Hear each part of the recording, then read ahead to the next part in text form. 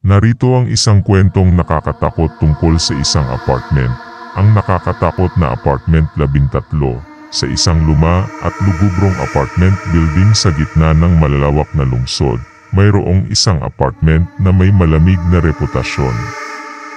Tinatawag ito ng mga residente bilang apartment 13 at marami ang naniniwala na ito ay kinabibilangan ng mga espiritu o kaluluwa ng mga dating residente nito. Ayon sa mga kwento, noong unang panahon, ang apartment 13 ay tinitirhan ng isang pamilya.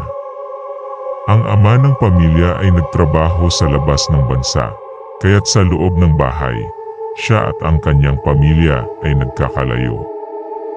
Ngunit sa 1.5 taon ng kanilang pagsasama, nang bumalik ang ama, isa-isang nawala ang mga miyembro ng pamilya.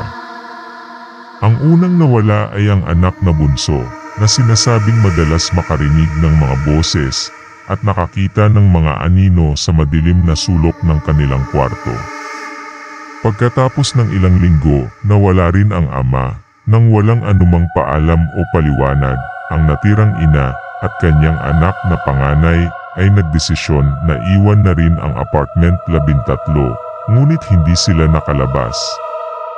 Tuwing gabi, naririnig nila ang mga hakbang na paikot-ikot sa buong apartment, kahit walang ibang tao sa loob nito.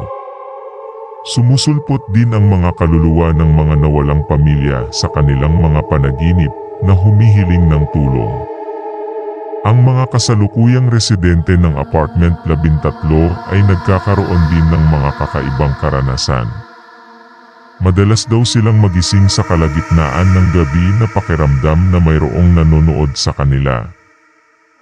At minsan ay nakakarinig sila ng mga malamlam na boses mula sa labas ng kanilang pinto. Sa kabila ng mga kakaibang pangyayari na ito, may mga nagsusumpa na hindi sila aalis sa apartment 13 dahil hindi nila ito maaaring palayasin.